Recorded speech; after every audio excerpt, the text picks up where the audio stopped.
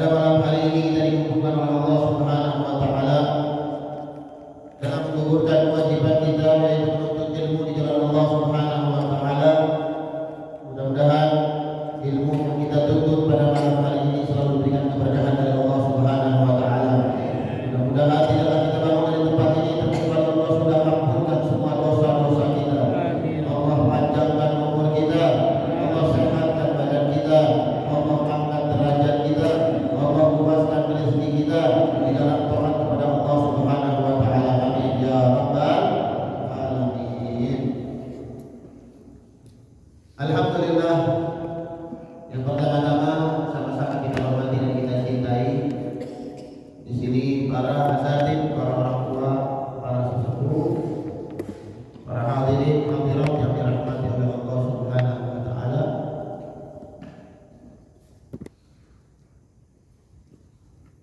Kita buka kitab akhlak Al-Baninya. Kemarin masih adab mata yajibu alaika ikhwatika wa akhwatika. Masih di dalam adab sama saudara.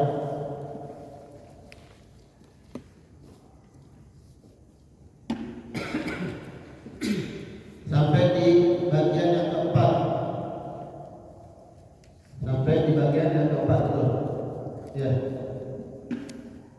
Dikatakan wa anta harima akhar as-saghir wa ukhtuka wa ukhtaka as-saghira wa tu'alimahuma wa tu'amilahuma bil ihsan mu'amalata walidayka laka. Wa fil hadits laisa minna man lam yarham saghirana wa ya'rif haqqa kabirina. Di dalam hadis, di dalam akhlak, kitab akhlak Al-Bani di Syekh Umar bin Ahmad Barajat radhiyallahu anhu, beliau mengutip di bagian yang keempat wa antarhama akhar as-saghir, agar kalian menyayangi saudara kalian yang kecil, yang di bawah kalian, adik kalian. Ya, agar kalian menyayangi saudara kalian yang lebih di bawah kalian kecil, adik. Wa ukhtaka as-saghirah, dan saudara perempuan kita, adik perempuan yang kecil, adik perempuan kita gitu, adik perempuan. Wa tu'amilahuma bil ihsan, berhubunganlah kalian dengan mereka dengan baik. Ya, muamalah ini adalah hubungan yang baik. Muamalata walidayka laka, sebagaimana hubungan orang tua kalian kepada kalian. Sebagaimana hubungan orang tua kalian kepada kalian. Kita punya emak, kita punya bapak, baiknya luar biasa sama kita. Begitu pula kita sama adik-adik kita. Jadi kalau kita jadi kakak, dia tahu diri, sayangin adik kita, rangkul adik kita, ya, bimbing adik kita. Kalau seandainya dia salah jalan, bimbing dengan akhlak, dengan adab. Ya, kalau sama yang gede juga sama, hormatin juga kakak kita, hormatin saudara kita yang lebih tua dari kita. Kemarin tuh ya, sebelumnya dibahas tentang tahus akhakal kabir wa ukhdukal kabira bimazidil ikram wal ihtiram. Khususkan kakak-kakak kalian itu dengan penghormatan yang begitu bagus, dengan ta'zim, dengan ihtiram, dengan bersikap baik. Wa taqtabirahuma fi maqami walidayka, taruhlah mereka kakak-kakak kita itu di kedudukan orang tua kita, sebagaimana dia orang tua kita. Fata'amala bi nasaihima,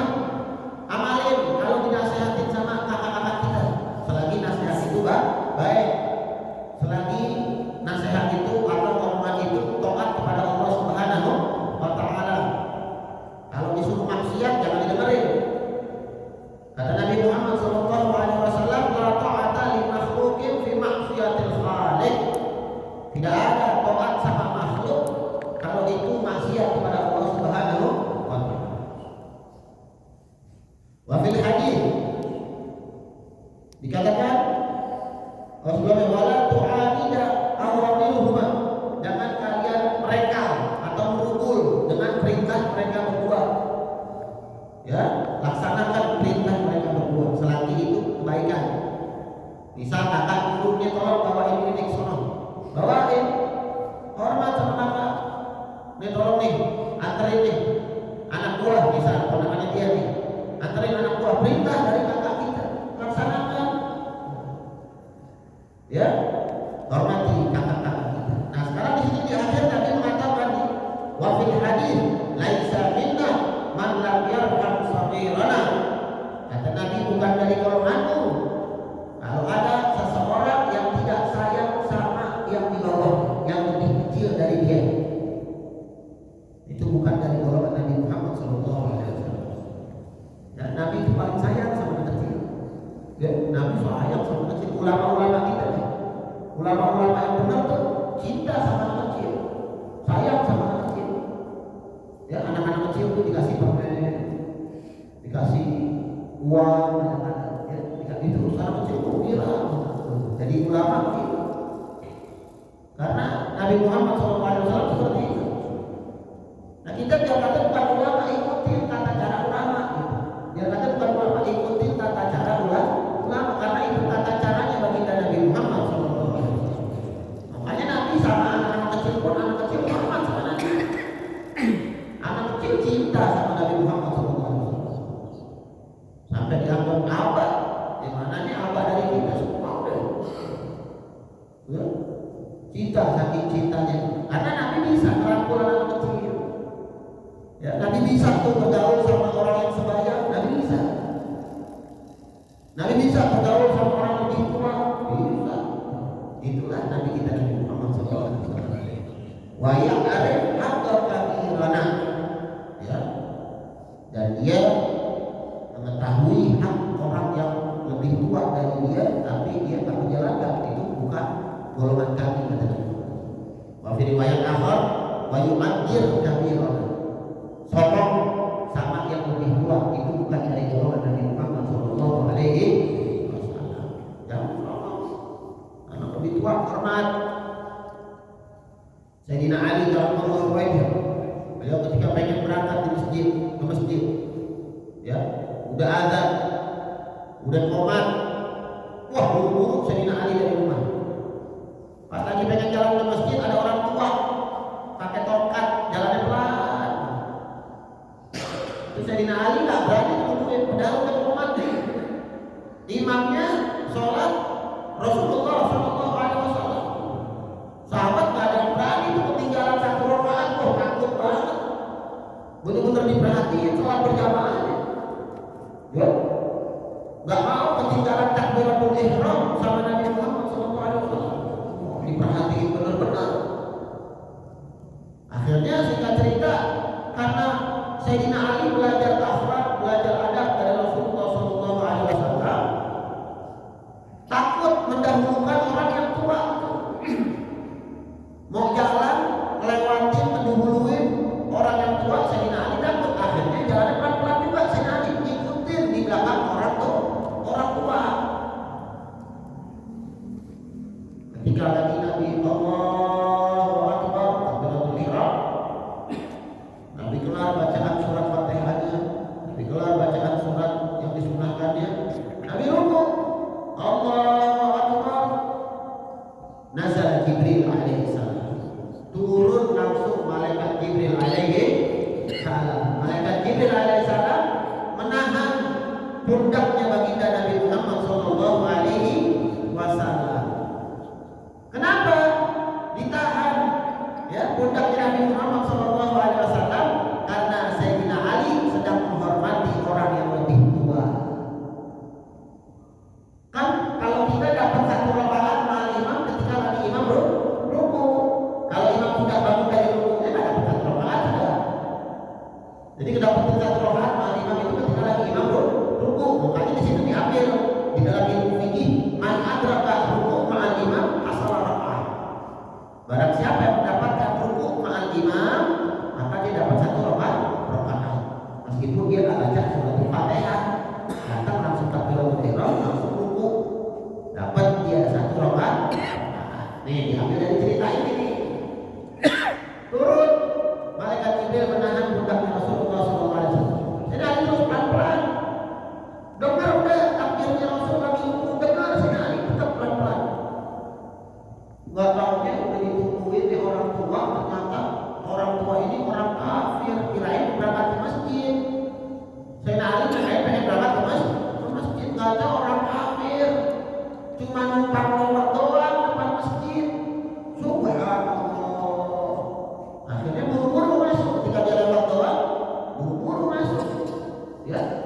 buru-buru langsung takbiratul ihram, Allahu Akbar, langsung rukuk, dapat rukuk bersama Rasulullah Shallallahu Alaihi Wasallam. Naik lagi dari malaikat Jibril alaihissalam.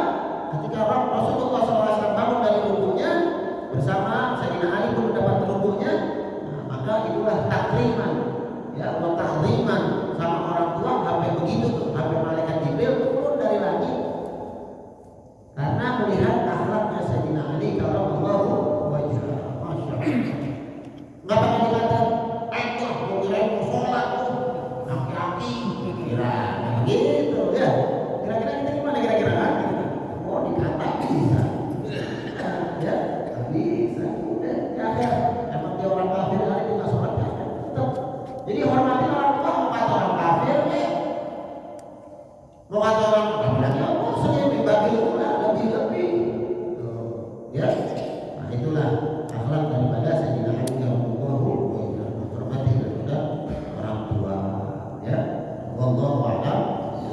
Mudah-mudahan bisa diamalin ya. Biar sayang sama anak kecil, biar hormat sama orang yang begitu. Lanjut kitab fikihnya. Kitab Al-Usul Fiqhiyah karangan Imam. Kita membahas mubtilatul wudu, yang membatalkan wudu. Sudah saya jelaskan juga itu semuanya. Al-awwalu, yang pertama, khuruju syai'in minal dubur awil dubur, keluar sesuatu dari kemaluan depan atau kemaluan belakang. Wa tsani zawalul aqli, hilangnya akal, baik itu mabok, baik itu gila, baik itu pingsan. Wa tsalitsu an-naum, tidur, illa nauma qa'idin mumakkinin man adatahu minal ard, kecuali orang yang tidurnya rapat, tempat duduknya sama bumi, lubang kuburnya rapat sama bumi. Wa rabi'u, yang keempat, iltiqa'u basyaratain rajulin qawratin kabiraini ajnabiyain bila ha'ilin, yang keempat, bersentuhannya dua kulit laki-laki dan perempuan yang dewasa. Kemarin kita bahas, dewasa itu batasannya yang sudah punya syahwat, bukannya balik ya, sudah punya syahwat maka dikatakan orang besar sudah.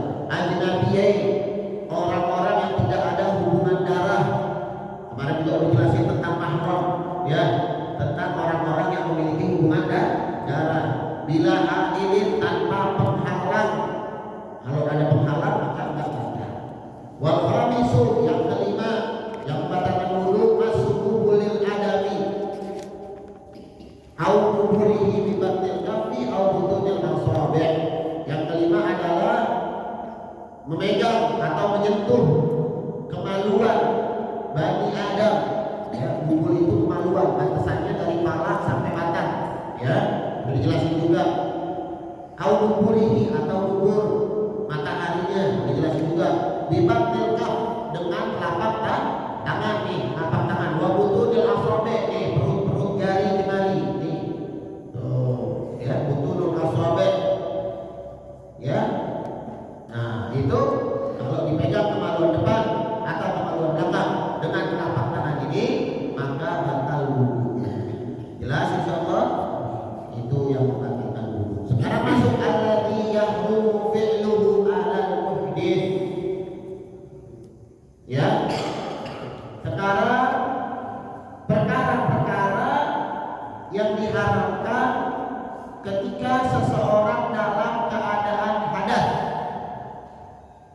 Ketika orang dalam keadaan hadas, ya.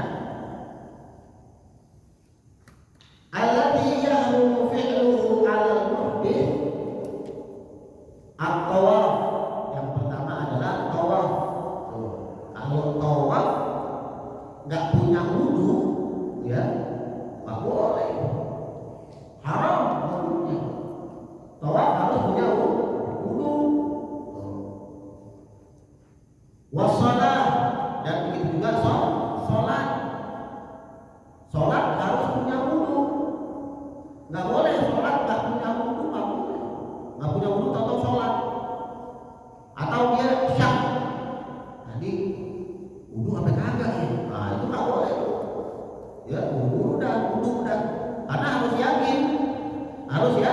yakin. Atau dia tadi udah wudu sih, kan batal apa kagak ya? Nah, itu mendingan dibatalin dah. Gimana cara batalin ini? Saya nggak mau kencing, saya nggak mau buang air, saya nggak mungkin bersentuhan sama perempuan, ya, saya nggak mungkin tidur, saya nggak mungkin gila, ya. Nah, ada cara kemarin terakhir yang kelima tuh, pegang aja kemaluan kita, tuh, pegang kemaluan dah, pegang kemaluan dah, batal dah, wudu kita seakan-akan dah, batal wudu lagi, tuh. Kalau orang ragu gitu tuh, ya, pegang dah kemaluan dah, kan batal tuh gitu tuh, yakin batal gitu tuh, wudu lagi, gitu caranya. Jangan pakai tebak-tebak. Ada benar ya orang sholat dulu nggak boleh, ya, karena haram tuh orang sholat nggak pakai wudu, sholat dalam keadaan hadas kecil, ya, haram wudu, ya. Apabila batal di pertengahan sholat, udah batal, nggak boleh dilanjutin sholatnya. Kalau dilanjutin sholatnya salah terus ibadah, haram juga. Dia tahu betul, dia malu kali keluar, dia ikut sholat terus, dia ikut terusin, nggak boleh keluar udah, ya, karena batal, nggak boleh. Tuh, jelas ya? Nah itu tuh sholat, ya. Yang ketiga, mashul mushaf, memegang Al-Quran, misalnya Al-Quran, ya. Wahamluhu terusin dan membawa Al-Quran, memegang nggak boleh, membawa nggak boleh, megang aja nggak boleh, asalnya gitu, apalagi bawa. Nih orang megang Al-Quran gini nih, ini namanya dipegang nih, tuh, ya, ini namanya dipegang, megang doang nggak boleh, kalau orang nggak punya wudu. Apa kata Allah di dalam surat Al-Waqiah, la yamassuhu illa boleh pegang Al-Quran kecuali orang-orang yang suci, harus suci dulu dia. Kalau di dalam keadaan hadas tak boleh. Al-Quran nggak boleh dipegang, ya, kalau dalam keadaan hadas kecil, ya, dalam keadaan nggak punya wudu. Atau misal covernya Al-Quran, covernya tahu kan, ya, jilidnya nggak boleh juga. Memang kadang-kadang kan Al-Quran dalam ini kan jilidnya. Kalau munfasil, kalau sudah terpisah nggak apa ya? Kalau sudah terpisah nggak apa ya? Ada jilid misalnya Al-Quranul Karim jatuh, kita nggak punya wudu nih, ambil aja karena cuma jilid, bukan Al-Quran. Kalau terpisah, tapi kalau nyambung sama Al-Quran masih bentuk buku, nggak boleh kita pegang. Apalagi talinya tuh, ya, ya kan harus ada talinya tuh, kalau batasan tuh, ya, nggak boleh juga, karena kenapa? Nyambung sama Al-Quran. Subhanallah. Apalagi kalau di bulog membayangkan Al-Quran lebih. Aneh kebetulan kalau ngambil alat di beko itu nggak punya wudu, tapi Qurannya memang tidak beralur. Nah, ada katanya alat itu misalnya kita nih ada koran. Iya, tapi koran. Waham dulu kan sudah tahu kan ya. Karena pokoknya antum ada pihak itu menjelaskan semua cowoknya. Ya, jelas ya. Tahu nih, ya. Jadi talinya, ya, talinya nggak boleh. Apalagi nih lekar ada Al-Quran ini, Al-Quran toh. Al-Quran doang. Tidak ada di semua ada Al-Quran doang ada. Ya, kalau ada kitab masih boleh. Kalau ada kitab masih boleh, atau ada tisu masih boleh. Tapi kalau Al-Quran doang atau lekar yang begitu Al-Quran kan khusus Al-Quran doang begitu. Itu lekarnya nggak boleh. Subhanallah, bukan itu. Yang bersambung sama Al-Quran mulia. Subhanallah. Ya. Lekarnya nggak boleh. Lemari, misalnya lemari Quran semua. Lemari isinya Quran semua. Lemarinya udah beda. Tuh, lemari isinya Quran semua. Tapi kalau lemari ada Quran, ada kitab, ya, ada pajangan kali, kalau ada sesuatu selain dari Al-Quran boleh masih.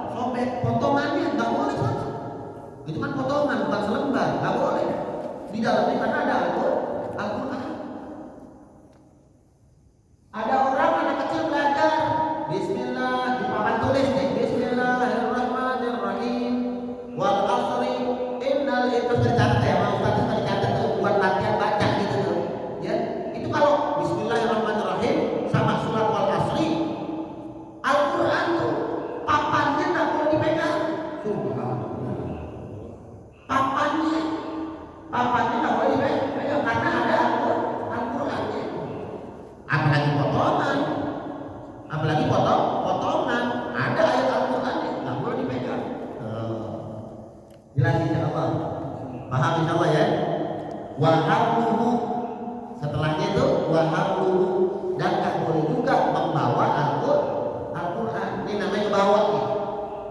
Ya, ngebawa itu ditenteng di ngebawa. Kalau megang mungkin aja di tempat dipegang, mungkin itu namanya megang namanya. Ya, tapi kalau membawa pasti dibawa, baik dibawa pakai tangan atau dibawa pakai tas. Ya, itu namanya dibawa, atau pakai kantong kresek, itu namanya dibawa namanya. Ngebawa beda ya, pegang sama bawa beda ya. Nah, ngebawa itu nggak boleh kalau nggak punya wudu.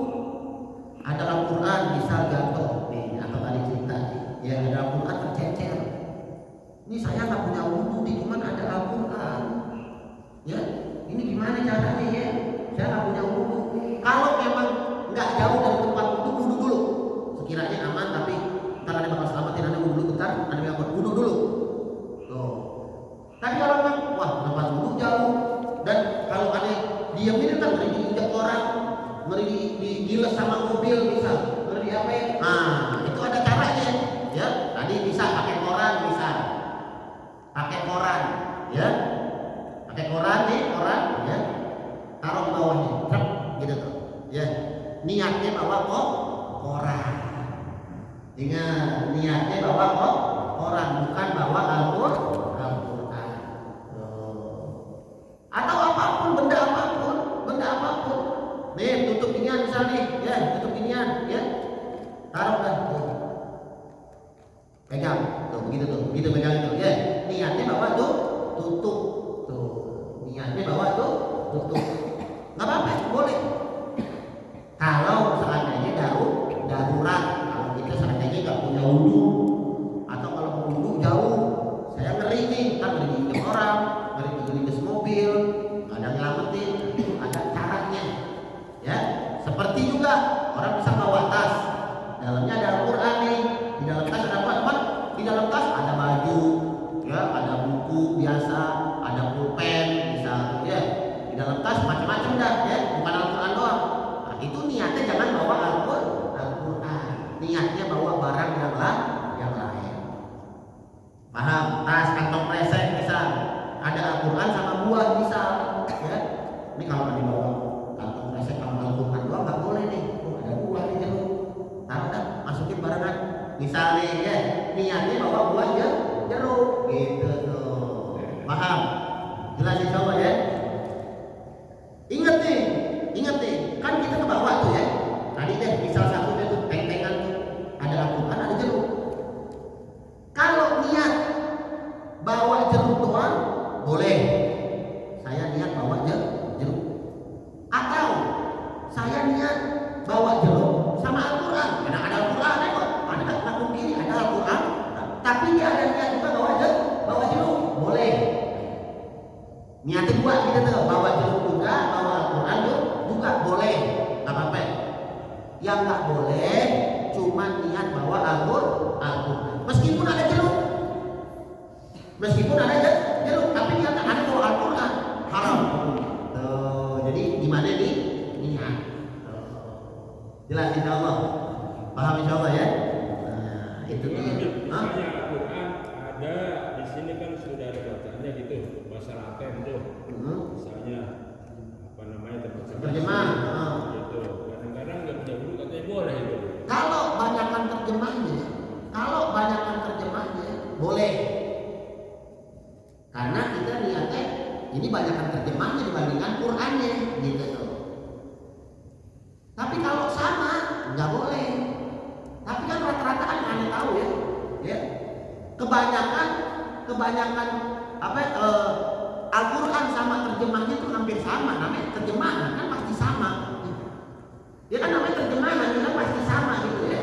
Kalau aneh kurang setuju tuh, ya. Kurang ihtiramnya nanti tuh bakal ngeremehin kurang ihtiramnya. Kecuali entar ada tambahannya tuh misal setelah Al-Quran ada doa khatam Quran misal. Ada nih buku terjemahan, Quran terjemahan cuma banyak tambahannya gitu. Ada doa khatam Quran, ada misal riwayat siapa gitu, atau mukadimah siapa, atau gimana gitu. Nah, itu nggak apa-apa ya, karena lebih banyak itu jadinya. Cuma kalau Quran sama terjemah doang,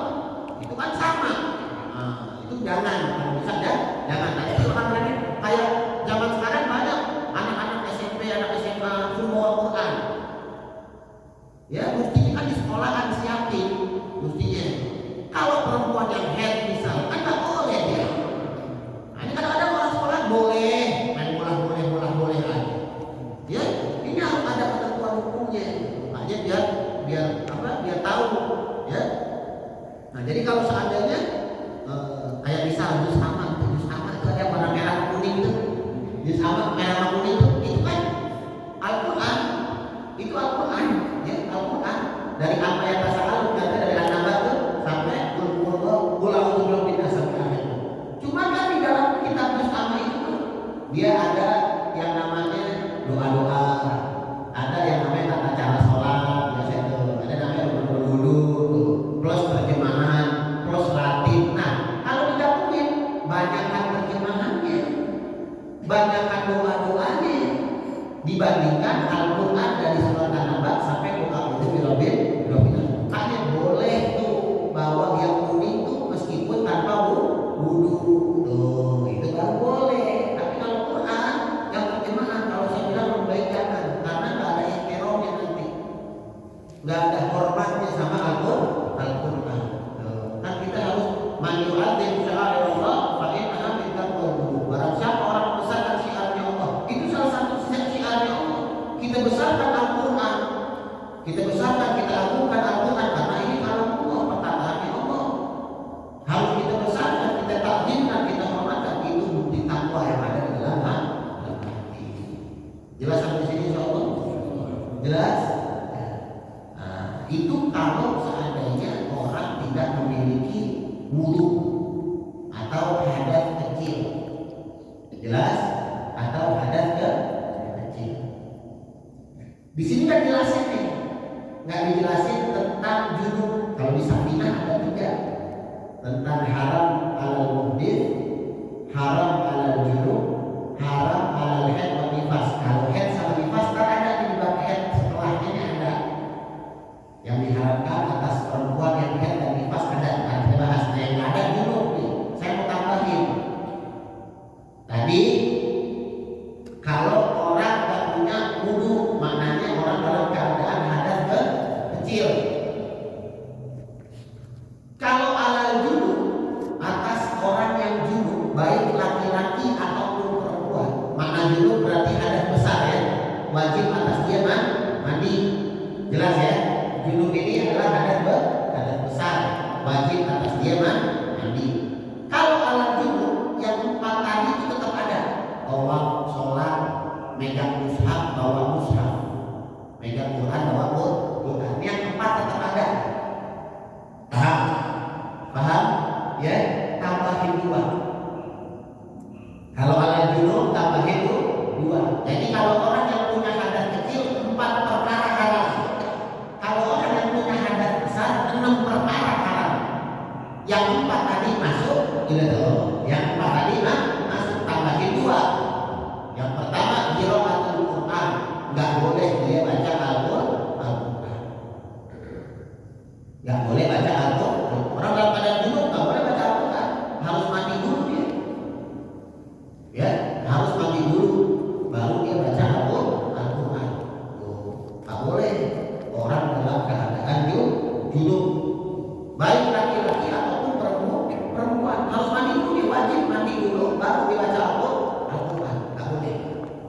Kalau doa-doa masih boleh. Kan kayak tadi kan baca doa-doa ya, atau sebelum masuk kamar mandi ada doa-doa ya, boleh itu mah, doa-doa nggak masalah. Yang nggak boleh baca Al-Quran, nggak boleh. Jadi kalau lagi dulu ya nggak boleh baca Al-Quran. Yang keenam, al-wuquf fil masjid, berdiam diri di masjid. Nih, yang keenam adalah berdiam diri di masjid. Orang lagi junub dia di masjid nggak boleh wudu, nggak boleh, haram hukumnya. Dia harus mandi dulu, baru dia boleh masuk ke dalam masjid. Ya, karena Allah Subhanahu wa Ta'ala mengutus malaikat-malaikatnya untuk banyak yang berdiam di masjid. Banyak malaikat-malaikatnya Allah di masjid. Nah, itu malaikat tidak akan masuk ke dalam masjid apabila di dalam masjid ada orang yang dalam keadaan junub. Makanya nggak boleh. Jelas ya? Jadi alal hadas kecil, atas orang yang memiliki hadas kecil, ya apa hadas kecil itu yang wajib wudu, dia diwajibkan wudu. Hadas